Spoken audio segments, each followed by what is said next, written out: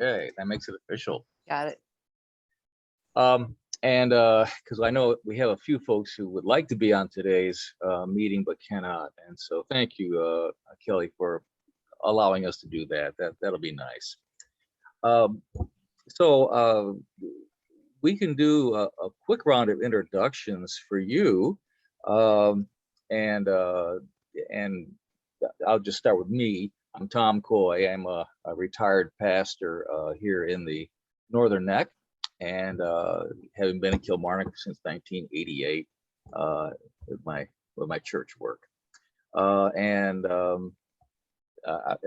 my right is David and Susan. So if you introduce yourselves, we'll go from there. We're Dave and Susan Whitlow. We're retired back to the Northern Neck after a few years down in North Carolina. Susan's a native of Kilmarnock, and I'm from the DC area. We've been back here now since 2017. Okay. Janet. My name is Janet Hemming. I'm a member of the board of the Unitarian Universalist Fellowship of the Rappahannock. I've been in the Northern Neck since 2002, and prior to that lived in North Carolina, Ohio, and was born and raised in Texas. Susan Thomas. I'm Susan Thomas. I've been a bivocational missionary for over 30 years and on the Northern Neck for 20.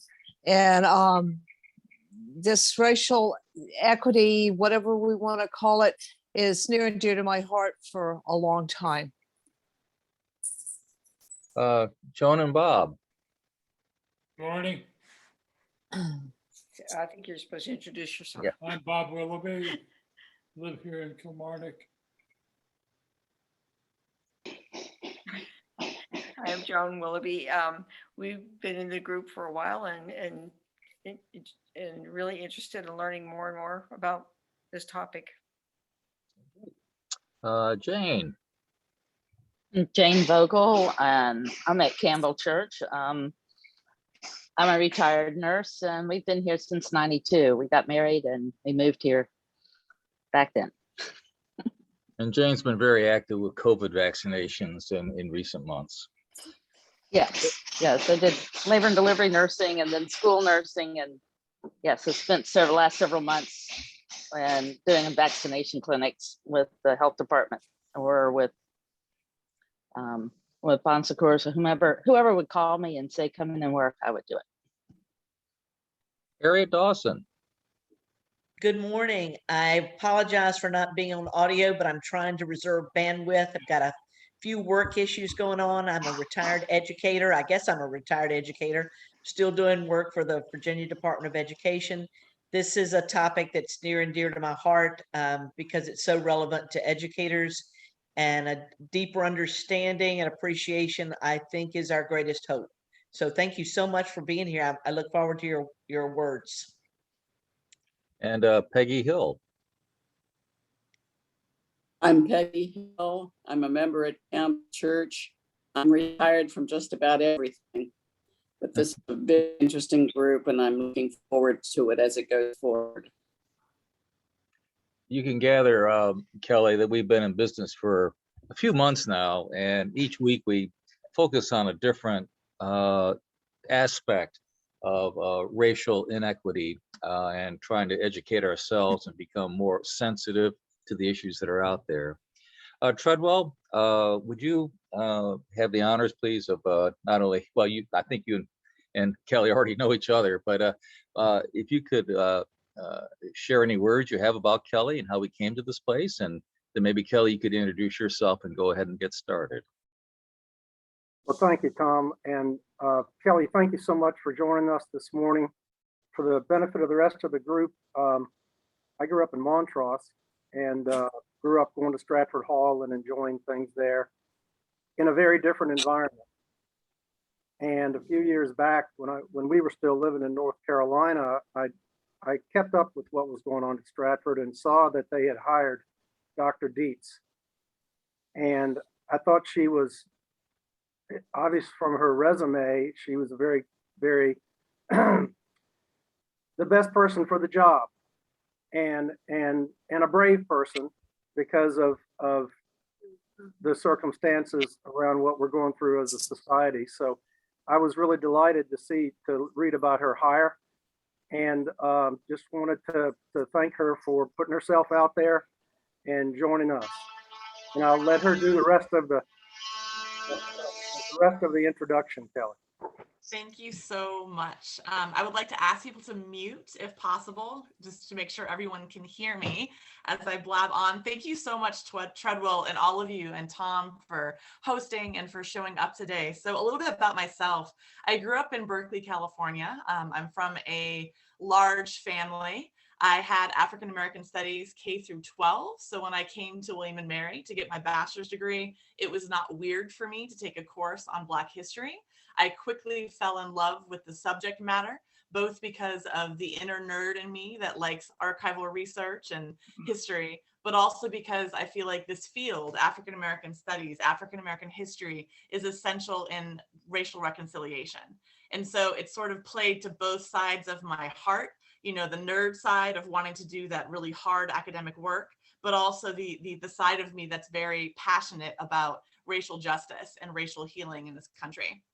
So I went on to get my PhD in African Diaspora Studies at UC Berkeley, and my background.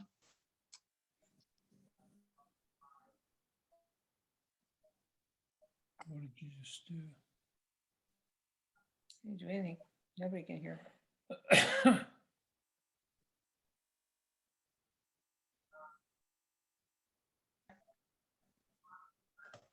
Can you hear me? Can hear you now, Okay. yes. Sorry, it just, the wind blows sometimes and that'll happen. So good job, everybody, with your jazz hands. I love the hand count. That was wonderful. I'm used to exactly how long it takes when it goes out to when it comes back on. So. Clearly you've been here before. Oh yeah, no, absolutely. So long story short, my specialty is plantation tourism, public history, African-American history in Virginia, slavery in particular.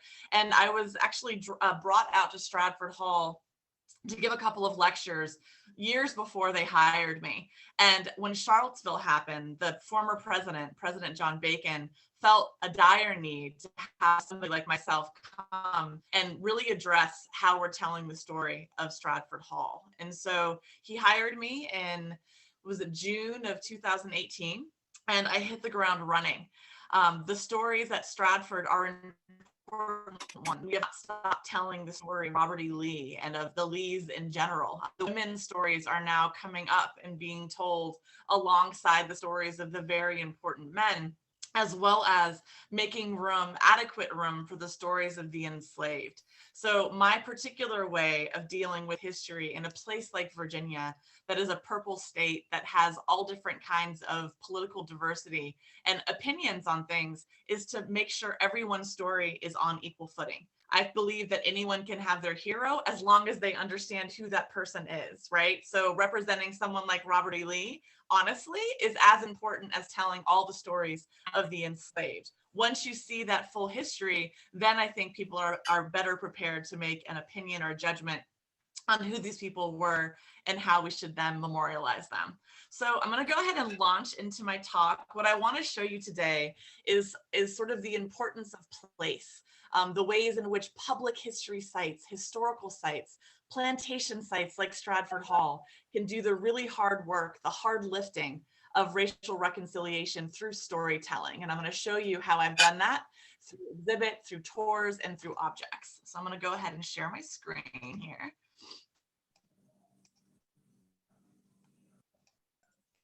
Give me a moment.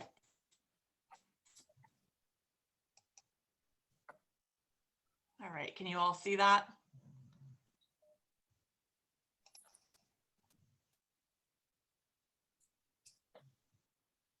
Uh-oh, the only problem is I can't see you all for the giants. Let me figure this out really quickly. I have to make sure I can, here we go. All right, there has to be a way to squeeze you guys in the corner so I can see when I stop talking. Right, I think, all right, Treadwell, I think you're gonna be the person that gets picked for the, the handshaking. You're the one person that showed up in my screen here. Give me one moment. Hold on here.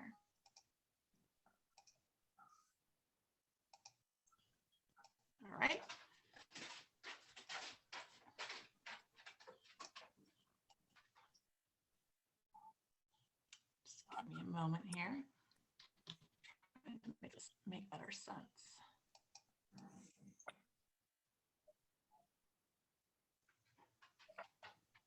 Oh, come on. This is never easy. Give me a second here. I do this all the time. Oh, of course it disappeared. All right, hold on here.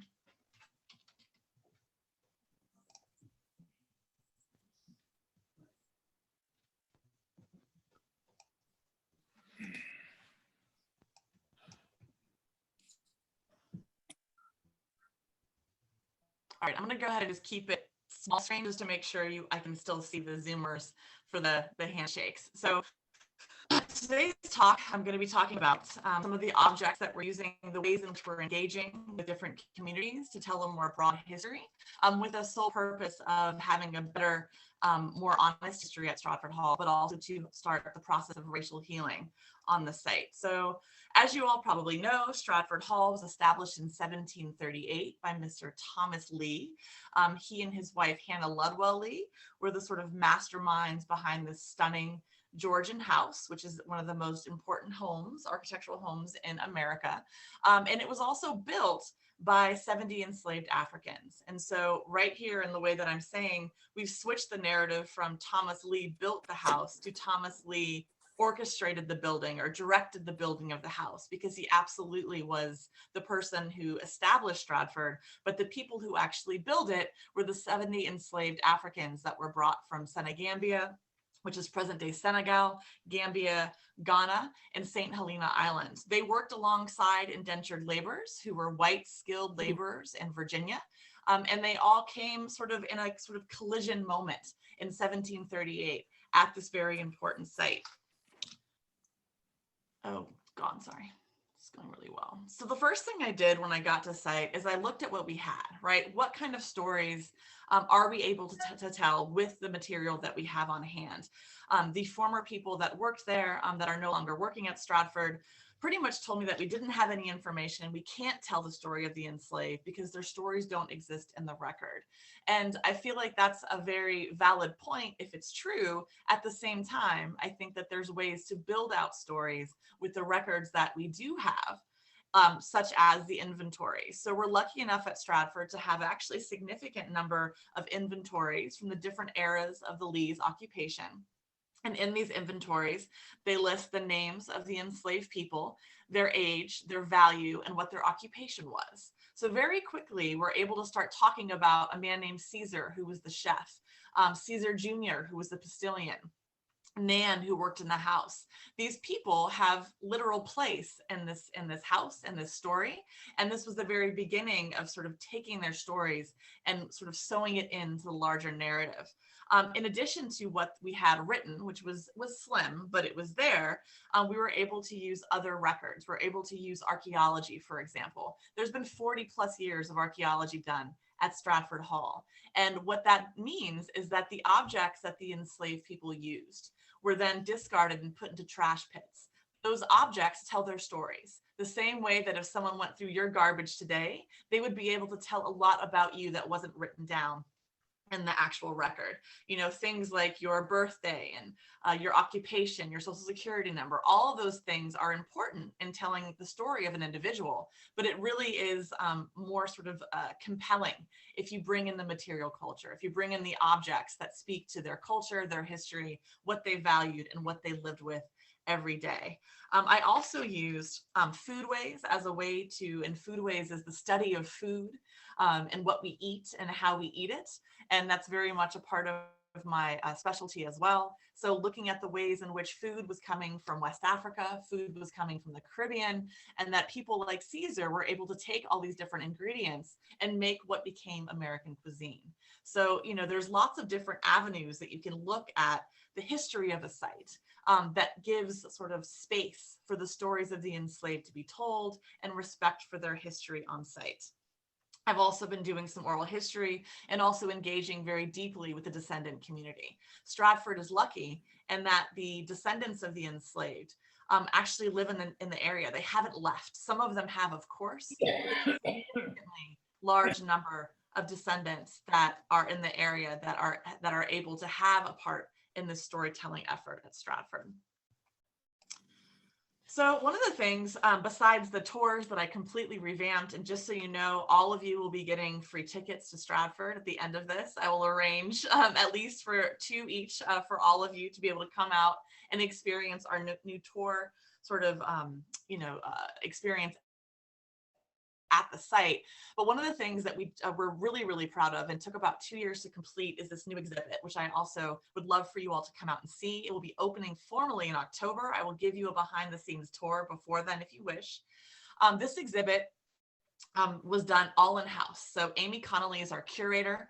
I hired her right after I started because she had the same passion for restorative justice, for racial reconciliation, and for making sure the stories of everyone on that site were told. So with her, along with other supportive staff, we have curated this exhibit called Stratford at the Crossroads. And literally think about crossroads, right? We named this exhibit 2 years ago because the idea of literal, the crossroads of America, people coming from Europe, people coming on slave ships from West Africa, people coming from the Caribbean, the Native Americans that lived here before the colonists arrived. All of these different cultures collided at places like Stratford Hall. And we wanted to tell the story of this crossroads of American culture at Stratford using the objects that we have in our collection, which are vast. So I want you to remember that crossroads reference for a moment, and I'll come back to it in a little bit. So during the curatorial process, we had located a box of things in the archive that had never been cataloged. So typically any object is put into the catalog, and, it's entered in the system, and we know where things are. We were looking for an object for these little boxes that we're putting all over the walls. And you'll see them when you come to the exhibit. And my curator ran across this piece, and it was found sometime, 30 years ago or so. And it said on the envelope, "Flint found behind the northeast window seat in the Great Hall." She brought it to me and said, "What is this, Kelley? This doesn't seem like flint to me." It's absolutely not flint. It is actually made of calcite crystal. And there's a very clear X on one side, or a cross on the front and a cross on the back. I immediately knew what this was, and I got incredibly excited. Mind you, thinking back 2 years ago, naming the exhibit Crossroads, and then having this object appear 2 months before we were finished with the exhibit was quite a treat. So I have training in West African religions, which is really, really exciting. And in my courses in the archaeology of slavery, etc., I talk about the symbol of the crossroads and how important it is. So I immediately knew that this was not just flint, and that those X marks on there were not randomly put into this piece of crystal. This right here is where this object was found. It was found during renovation. So the Robert E. Lee Memorial Association was established in 1929 to restore and preserve Stratford Hall. So a lot of the efforts that have gone forth over the last 90 plus years have been to make sure the house looks the way that it always did, and to do things like, conserve places like the northeast window here.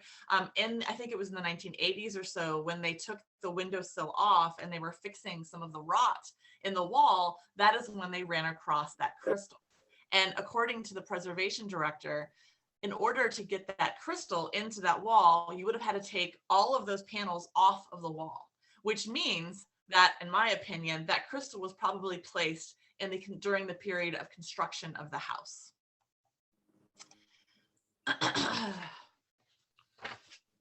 There was a man named Congo, who was a carpenter that worked at Stratford Hall, that was not only responsible for a lot of the plaster work in the Great Hall, but was hired out to places in Westmoreland County by the Lees because he became a master plasterer pretty quickly. The Congo Kingdom, however, the Congo Kingdom was founded in 1390, and it's in West Central Africa. It was one of the most powerful kingdoms in all of Africa during this period, and even in history generally. They are the first kingdom that the Portuguese made contact with. They are also the first people to really become heavily involved in the slave trade. Whether or not this man Congo came from the Congo Kingdom or not, we do not know, but the reference to the Congo, I think, is very important, sort of signifying his African roots. And let's talk for 1 second here about where the Africans that were brought into the slave trade came from. You see right here, there's a sort of breakdown. So 12.5 million Africans were captured and sold into the transatlantic slave trade. That is a very modest estimation. That estimation comes from a database out of, it's now co-sponsored, but Emory University, a man named David Eltis, who I think is now retired, is a phenomenal historian. And he has spent his entire career documenting the slave trade, ship by ship, person by person. And I can give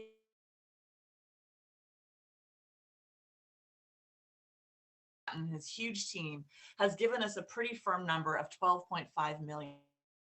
Now that is only the ones that only counts the people that were literally recorded. That does not include the illegal trade that was vibrant during 400, 500 year period, or all the ships that also sort of capsized in the middle of the sea. So 12.5 million Africans made it across the Middle Passage and were sold onto plantations throughout the colonies. Of that 12.5 million, only 4% came to the United States.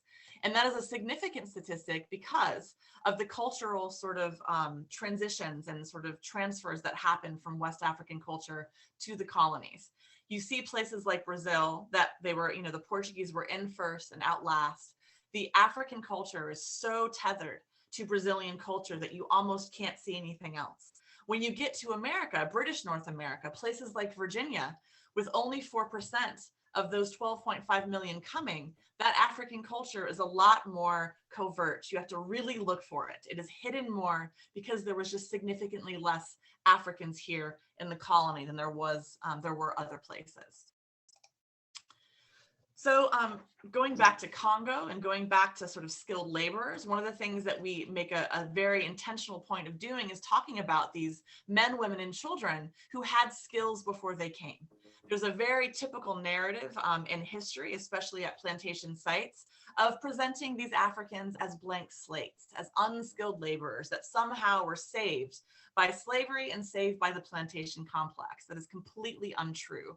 There is a long history of blacksmithing in places like the Congo that go back thousands of years. When you think about metalworking and the technology of that was developing in Europe, it was happening the same time in places in Africa.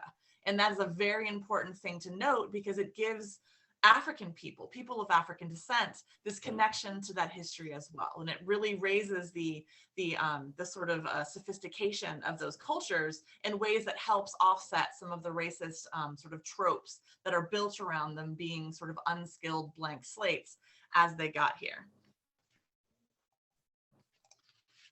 There was also a significant number of people that were traded into the Atlantic world that were, sorcerers of sorts, priests, priestesses, people that did root work, that communicated with the spirits. And those people were shipped off just like everyone else and enslaved on plantations. Many of them ended up being doctors on plantations. So up until the 19th century, a lot of the plantation homes and the people, the white folks, would rely on Black doctors, people that had knowledge from West Africa on different herbs to use, tonics to make, to heal them. Most of the midwives throughout the South were of African descent. So somebody like Robert E. Lee was very likely delivered by an enslaved Black woman. And so I think it's really important to sort of, again, resituate your idea of who these people were and understand that they had a completely different belief system as they came over. And that belief system distilled in the colonies in different ways, depending on where they were. The ethnic, religious, and linguistic diversity was vast. I use this image right here because I think people in the 20th and 21st century are really sort of distilled in thinking about that Gone with the Wind sort of image, right? Or that sort of, enslaved person wearing rags and sort of being that blank slate. This image right here is from the 1830s. It is from Brazil.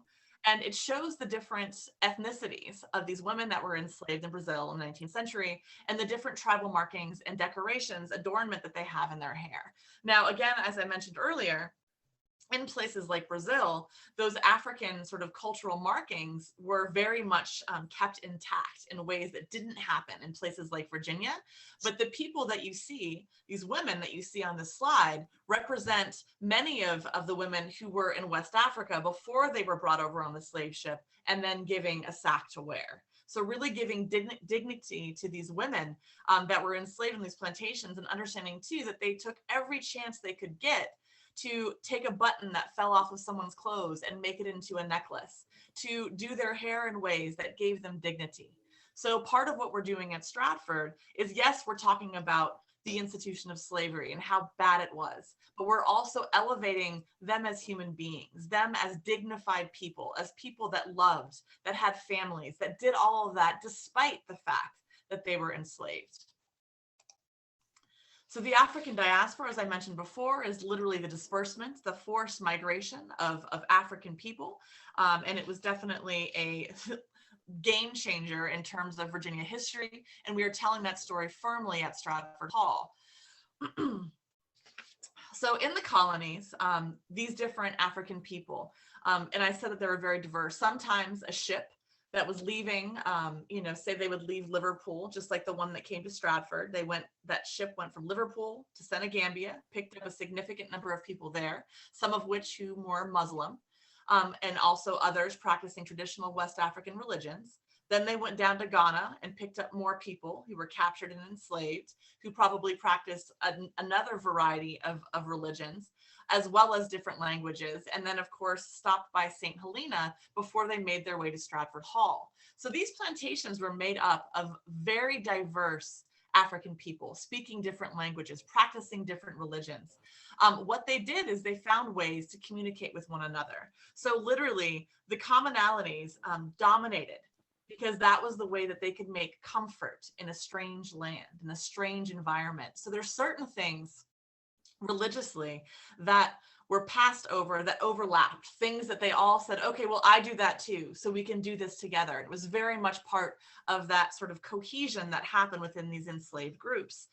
One of the common beliefs that most of these groups had was that there was this ancestral world, that the ancestors, that when you die, your spirit passes through water and goes to this ancestral land, and the ancestors walk among you. That was a very common belief amongst most of these different groups. And then also engaging with those ancestors to conjure them into spaces, to just the same way that Catholics, and I'm Catholic myself, might pray to a saint for certain help. They had deities and different gods and goddesses that they would pray to get help in certain times, including their ancestors. Music and drumming, of course, was another way that they expressed their different religious beliefs and conjured the ancestors. So I'm going to skip here and talk about this universal symbolism of the crossroads, because that is precisely what is sort of manifesting at Stratford, and the objects that we're finding and the stories that we're telling. So this right here is the Bakongo cosmogram. It is a symbol that represents the line between the living and the dead, the line between birth and death. And the idea is that these lines are pierced, that life is a continuum, and that there is no straight line that is not penetrable, right? Meaning that you can have your mother, your great grandmother come into a space if you carve the crossroads into an object. You see the crossroads carved into many objects. You also see it painted on, or images like this where you have a piece of European pottery might, if after it breaks and it has some sort of crossroads in it, may be used as a way to conjure as well. You see this image being carved into spoons, the bottom of pots throughout the colonies, especially in Virginia. And it is a very important symbol that has helped for hundreds of years, millions of enslaved Africans persevere in enslavement, the same way that Christians would use a cross or a crucifix to do that as well. So I want to jump over to Montpelier. They found a crystal in one of their slave quarters, and this right here is the crystal that they found. Crystals were also used to conjure certain spirits, to protect those on site. And so when this object was pulled out of storage and brought to me in my office, labeled as flint, labeled as something no more important than a piece to light maybe a gun, some gunpowder or a candle of sorts. It was very clear to me what exactly this was. This right here is a crystal, which has very, very significant importance in these diaspora cultures, and it has a cross on both sides. This was also placed in the northeast corner of the Great Hall, which is where people who practice hoodoo, which is a conjuring tradition within African America, where enslaved people and people now even today practice this, they would carve an X in something to conjure their ancestors to protect. So this object right here was put in the wall, maybe by Congo, maybe by somebody else, as a way of protecting those on site. And this story in itself, coming 2 months before we finish the exhibit, I think is a really powerful way to tie these stories together, to make the crossroads more than just about the people that are colliding on the site, but the ways in which that literal symbol helped these enslaved people persevere enslavement. One last thing that I want to talk to you before I open it up for discussion is something else that was found at Stratford that is very important to telling the story. So there were some objects in the exhibit for about 20 years labeled as a rat's nest. And you see right here, you've got a soup plate. I don't know how a rat could carry that up 3 flights of steps, but who knows? Maybe Stratford has gigantic rats. And a bunch of other things mixed together. And they found this in the 1990s. They thought that somehow this was a rat's nest. Upon further examination, when I found what else was in the rat's nest, it was very clear to me that this was absolutely not a rat's nest. This is what is called a cache, C-A-C-H-E. This was used, just like the crystal, to conjure the ancestors. So if you see this assortment of things that was mislabeled as a rat's nest, you have plates and things that are white and blue, shells, all representing the passage through water, which is a very important sort of symbol in West African religious practices. You also see pointy objects, which are used, it's believed that they're used to stab and point and poke and defer and detract evil spirits from coming into a space. And you also see personal objects as well. You have a button here and a bunch of fabric from an enslaved person's outfit. Those pieces, and I spoke, I know this from my own studies, but I also spoke to someone who still practices hoodoo. She's like 8th generation hoodoo practitioner in Alabama. And she confirmed that these objects right here belong to an enslaved person. They might have been someone who died, and in which case, whoever assembled this cache took those pieces of fabric to conjure that person's spirit to help protect, or these pieces of fabric belong to people on the plantation that needed protection. And the idea was then to take this stick back here, pierce it, activate this bundle, and bring power of the ancestors, of the spirits, to help the enslaved folks persevere enslavement on site. This right here also is a painting of a horse that was painted by an enslaved woman, which is, I think, a really important sort of thing to mention. I'll show that to you when you all come visit. But all of this is to say that these stories and these objects are very important to Stratford's history and the ways in which we tell the story. We have an African-American burial ground that is filled with enslaved people whose descendants come visit regularly. We have actually just landscaped this for First Africans Day. You can come see the difference between the way it looks here, the way it looks now, but through the communications and conversations with these different descendants, through an African-American advisor group that we've assembled, we're really starting to tell these stories in full light. We're telling them alongside the stories of Robert E. Lee and Thomas Lee and Philip Lee and Hannah Ludwell Lee and all the important people who lived at Stratford Hall. These stories are essential in understanding that. This right here is an image of Cheney McKnight and her team. They actually came, and Cheney McKnight just won a YouTube award. She is a YouTube superstar, for lack of a better phrase. Her website is called Not Your Mama's History. She literally dresses up like an enslaved person and travels across the country to tell these stories, to tell the stories of the enslaved at different sites. And she chose Stratford Hall to launch her YouTube series, which just won an award. This particular space right here, the cemetery, has been a really important place to come to think about, to reflect the history of what these people had to go through and what their legacy is. We cannot remember them just for the labor that they did or the pain that they survived, but for the love and the contributions that they have given to each other and to America as a whole. I cannot do this work without literally dream teams. I've got Amy Connolly right here, who's my right hand at Stratford Hall. Dontavius Williams is a phenomenal historical interpreter. He comes out and tells the story of Caesar. He is also on our African American Advisory Group and has helped significantly with our tours and the ways in which we tell the history. And then, of course, we have Denise Smith here, who's a descendant of those buried in that cemetery who labored at Stratford Hall. And she also has a huge say in the ways in which we tell these stories. It is through these interracial conversations, it is through these difficult conversations that we are starting to tell a better story at Stratford Hall, a more full story at Stratford Hall.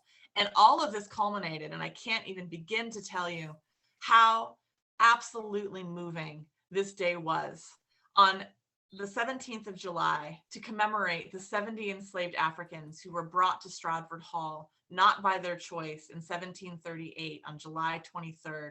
We honored their spirits, their history, by having a complete day of programming that was all descendant led. So I planned this day. I found money through the DuPont Foundation to pay for this day. And I intentionally set everything up and handed the microphone to people of African descent. I think it's really easy for a lot of people like us, white folks that want to do this work, to have that kind of savior idea. Like, I'm going to come in, I want to do this work, I care so much.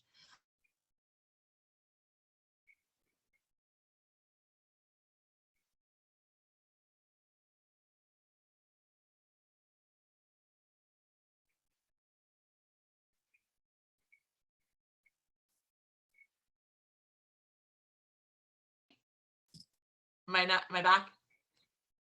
Okay, good job, Treadwell. All right, I was just getting going. I think it's really important for people like us who care about these issues so much to know when it's time to put your hands in and know when it's time to step back. The success of this first African Day was not done in a silo. It was done through tons of work, multiracial work, multi-generational work, from my team, from people like Dontavius, through all of the work from the African American Advisory Group and the descendants that wanted to have their say during this day. This day was filled with joy. This space at Stratford Hall, that was a place of sorrow and devastation for hundreds of years, turned into a space of celebration and honor during this day. And it is because of the work that we've been doing. It is because of the ways in which we are honoring those stories alongside those of the Lees. And this day provided a platform for these people of African descent, the descendants of the enslaved at Stratford. People like over here, we've got Tanya and Slam doing African drumming at the shore. We have Cheney McKnight. We have, Jemima Davis here. We actually made this beautiful raft all day long. We spent, I had my interns make this bamboo raft, and people sewed onto it all day shells, which are an honor to the ancestor, and white flowers that represent the ancestral world. The entire day, as people moved from one program to another, that were all done and hosted by people of African descent, people tied on their blessing onto this raft. At the end of the day, down at the beach, Cheney McKnight had the youngest descendants, which happened to be all young women. The youngest one was 2 months old, push this raft to honor the ancestors into the water. And if you see, it's right there in the background, and they all wave goodbye to it. But in some ways, this was a waving of hello. This was a welcoming into the space. This was a welcoming of these stories, the stories of the enslaved who literally and figuratively built Stratford Hall and this country. It was welcome them into a space of honor and into a space of integrity. And I'm going to end my talk here and open it up for conversation. Let's see if I can get this back here. So that is the work that we are doing at Stratford right now. It has just begun. This work is heavy work, and it takes everyone. It takes people like you. It takes everyone that's at the table making this work happen. And I have to tell you, there has not been one bump since I've started the work at Stratford. I know that, you mentioned Treadwell, it was a brave thing to do. It is hard. I get hate mail every day, but I have a beautiful collection of letters from racists that I cherish. So, okay, if I'm making you upset, maybe I'm doing something right, but I do want to get through to them. I'm not going to think of them as a lost cause, for lack of a better phrase. They need to hear these things as well. So I'm going to end it there, and I'm going to open it up for questions. Okay. Well, thank you so much, Kelley. That was, wow. That's pretty wonderful. We make sure everybody has a chance to ask a question and have a say, at least one chance for the balance of our time. One thing that I'd like to ask is the ancestor presence was so vital to those who came from Africa. Now, this is several hundred years have passed. Are there signs that this outlook still lives within the African community here in America? Absolutely. And I think what's really interesting about that, to go back to that 4%, you have to look a little closer. You see African Americans, even in hip hop videos, they're pouring things out, right? You pour some out for your homie. I don't know if you've seen that or not, but there's ways in which these rituals, even like pouring liquid out on a grave, is an African ritual to honor the ancestors. And there's ways in which it's baked into the ways in which people preach. And I know so many African American Christians who are as Christian as they come, but they still talk about the ancestors, whether it's in using that phrase or like, I know they're with me. And so it's absolutely present. Okay, thank you. You're welcome. Susan have- Thomas. I have a comment about that. Like I said, I'm a missionary, and I've been here for about 20 years, and we have done a lot of community things about racial, but 20 years ago and even today, ancestral worship is alive and well on the lower northern neck. It has kind of probably over the years changed a wee bit, and it's not very commonly known, but it's still alive and well. And even among, like you say, among the Christians, but especially among those who choose not to go that path and are getting in touch with their roots and trying to bring those old religions, but it is still alive and well. Not very many people are going to admit it to you, but it's still here. But even if you think about it, we all do it. We all leave things on graves, right? It's pretty universal. Well, yeah, it is, but yeah, I mean, you could draw parallels, and I'm not saying this is condemnation. I am a Christian missionary, but I think, sometimes you got to choose your battles. Mm-hmm. And the people that I met 20 years ago, of course, we're into different generations now. And the people that I worked with, their kids are more likely to worship Pac-Man. They're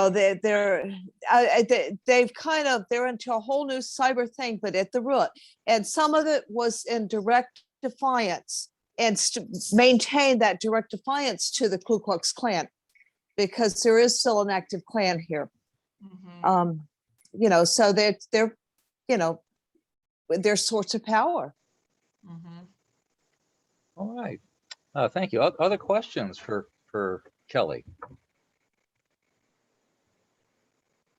Yeah, Janet. Have you done any work or research on the indigenous people who were part of the land that the plantation was built on? Yeah, we're actually just starting to do that. There was some work done archaeologically. We have a significant number of artifacts related to those original people of the land. We do acknowledge them in the tour. That's something that I absolutely want to include. They are very much part of that exhibit, though. So when you come out, you will see objects that were found at Stratford, trade beads, arrowheads, pottery, etc., that were made by the indigenous people that were traded with the folks at Stratford. So it's absolutely part of the story.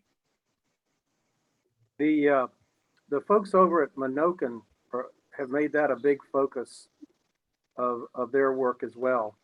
And I imagine Kelley's very knowledgeable about that.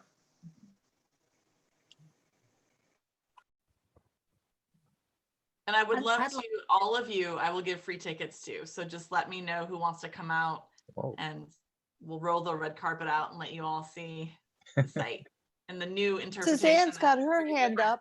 Yeah. Suzanne? Yes, thank you so much for coming. This has been very enlightening. I want to thank Treadwell for letting us know about the program. My husband and I brought one of our grandchildren, a 15-year-old, you know, at that age, very easily bored. And he enjoyed the program. I think Treadwell came in the morning and we came in the afternoon. But I really appreciate the enhanced information. Caesar. And I'll just say our 15-year-old grandson was very taken by that. So I don't know if that's a universal thing, but something about the reenactment really spoke to him. And it was just a, thank you. It was a great day. Thank you. Awesome. I'm happy that you enjoyed. Were you able to make the open mic in the Great Hall or no? We were there when Caesar spoke, and then I think right after that, and we saw the descendants be recognized, which I thought was totally awesome. But we could not stay for the whatever came after that. But when I saw what did come after that down at the water, I was sorry that we couldn't stay for that. But you know, a 15-year-old's attention can really only be held for so long. Yeah, I've got a 14-year-old. I get it. We were grateful that, you know, so we left when his interest was high, and he looked back on it fondly. So thank you so much. This is very helpful. And this event will be every year. It will be, you know, a yearly event with this. And so it's going to keep happening. And we had 230 something people show up for this. And it was such a racially mixed, I don't think, you know, my African-American staff literally were in tears when they saw that many African-Americans on site. They said that they would never, ever think that they would get that many folks on that site at once. And in the Great Hall, that was incredible. So it's definitely, you all need to come next year. It was one of the most beautiful things I've ever seen in my life. Yay. Sorry I missed it. I had another commitment. But Next year. Next year. Okay, other questions for Kelley? Yeah, Dave. Kelley, is there any history of manumission there at Stratford? Nope. No. Really wasn't part of it at all. There's some pretty sad stories of killing families, but yeah, nope.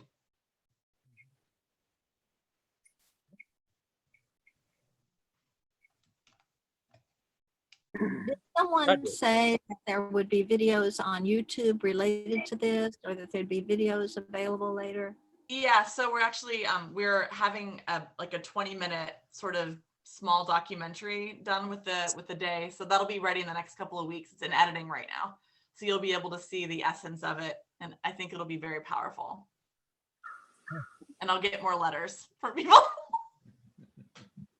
Well, your presentation was wonderful, and obviously your passion shows through, but you're finding things that I like the way, you know, we're finding more human things, and it's down to the persons rather than some abstract program or concept. It's down to real people.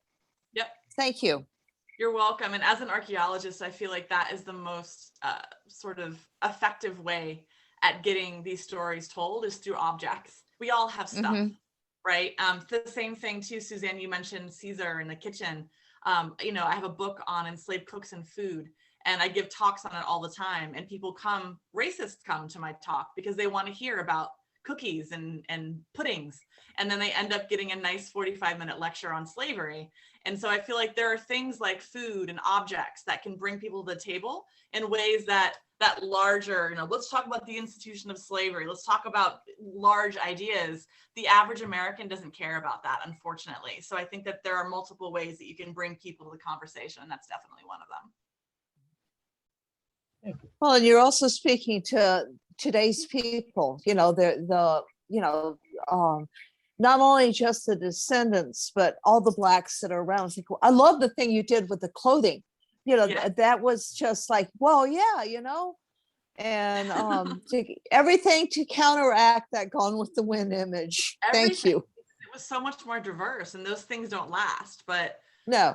Just bringing humanity to these people so we can have a conversation about what life was actually like. And I think when a lot of historians and a lot of sites turn people into numbers, you forget that those 200 people were 200 individuals that loved and lived and had children and married and, felt pain and joy. It's a subtle way of erasing their individuality. And so I think this kind of work is imperative to have those conversations be better and improve. Yeah, they're real people. And, if you're not looking at the pictures, so they're just like us. Yep. And we are just like us. Okay, our Thank time you. our time is slipping away. Do we have another question, Treadwell? I wanted to ask Kelley, you've mentioned food a couple of times, but you haven't mentioned your book. And I think you ought to tell the group about your book, if you would. Copy of it here. I don't know if I have a copy. Yeah, so my book is called, I don't think I have a copy right here. It's called Bound to the Fire: How Virginia's Enslaved Cooks Helped Invent American Cuisine. And it is on Amazon, everything else. It was voted one of the best top 10 books on food by the Smithsonian when it came out in 2017. And it's about slavery. It's not about food. So I was very excited that they sort of framed it in that way too. So people buy it and they're like, what is this book about? But yeah, and I have a, just so everybody knows too, if anybody listens to the great courses on Audible, I don't know if anybody's into those or not. Oh, long time ago. Yeah. Okay, so I have a series coming out on the history of sugar that'll be out in the next couple of months. It's a whole 10 lecture series on Audible, and I'm very proud of it. So it's everything from the seeds, thousands of years ago in Papua New Guinea, all the way to diabetes, but with a lot of Virginia in the middle of the Caribbean. Kelley, you referred to that the cross object as crossroads.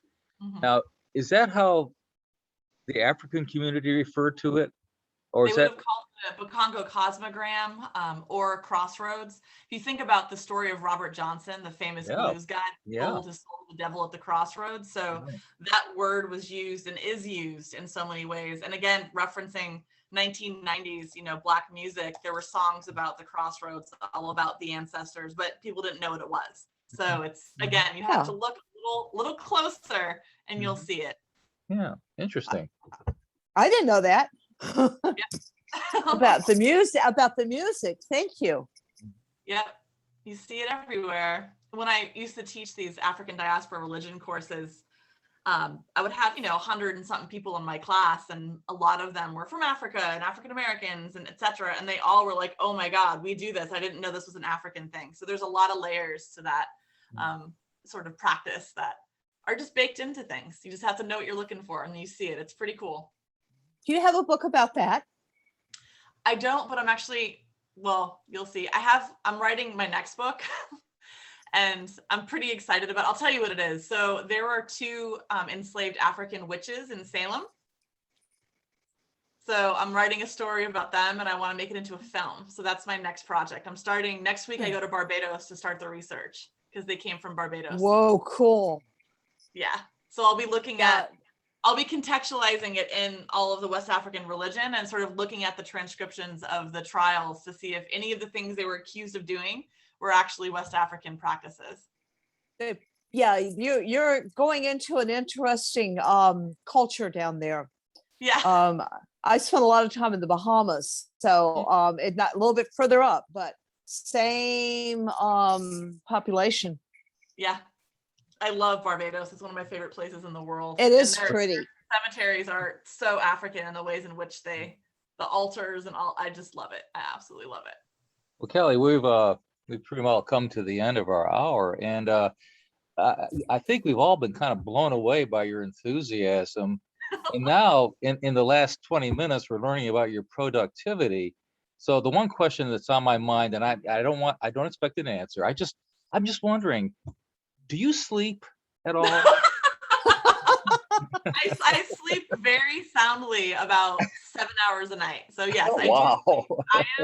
When I'm awake, I'm working. I get up in the morning and I work until I go to sleep, and I don't stop. And I also have co-wrote a cookbook that's coming out as well. And I'm so excited. It's with a celebrity chef. It's on Black food in California. It's called California Soul.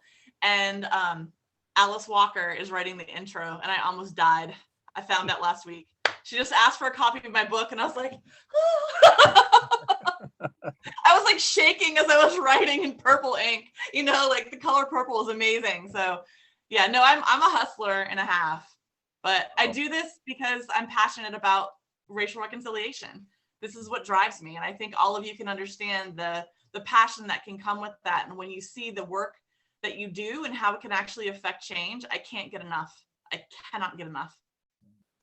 Well, your boldness and your enthusiasm was such a wonderful counterpoint to we most of us here kind of got into this conversation because we feel awful about racial inequity, and we don't know what to do, and we're sort of like floundering around, and That's yet totally common. you bring a whole dimension. Is like, do it, man, get involved. Just Come do on. it. No, Wake up. There's some great stuff out there.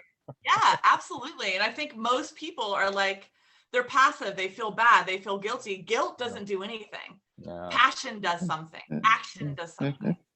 So flip that switch. You'll feel a hell of a lot better. You'll sleep better and everything. Just flip it the other way. You'll feel like you're on fire. Wow. Okay. Thank you. Thank All you. right, Thank you. Maybe we can plan a field trip in September. I'm gone for a couple of weeks to Barbados to go enjoy life, but my first vacation in 10 years, and I found a way to schedule work into it, but that's okay. So let's plan on a field trip. And if you guys want to come individually, that's fine as well. So yeah, I will be gone for the last 2 weeks in August, but aside from that, I will absolutely roll the red carpet out for any of you that want to come out. I see we're getting a thumbs Thank up you. from Harriet Dawson. She's Well, my yeah. new hero. Honest to goodness, I can't wait to meet her. I'm so excited. Well, Kelley, we're a largely Christian group here, and we'd like to finish off our meetings with a prayer. So again, thank you for coming and being a part of this, and really enriching our own lives today with your knowledge and your enthusiasm. This is really wonderful. Thank you so much. Anytime. Let's join in prayer. Lord Jesus, we thank you for the gift of this day, and especially of Kelley and her knowledge and what she brings to the table, and how she's helping us to embrace the whole positive dimension of our African American friends within this community. So help us, Lord, to continue on this path, looking to the good, to the right, and to the powerful that you provide. These things we pray in your holy name. Amen. Can I add a quick one? Amen. Sorry, Tom, but you're headed into Barbados and you deal with stuff. And I just want to pray that the God that's above all other gods keeps you safe. Thank you. Okay. Thank you. I appreciate that. I'll keep you in my prayers too. Thank you. See you Thank you, all in everybody. September. Bye, Bye-bye. everyone. Thank you.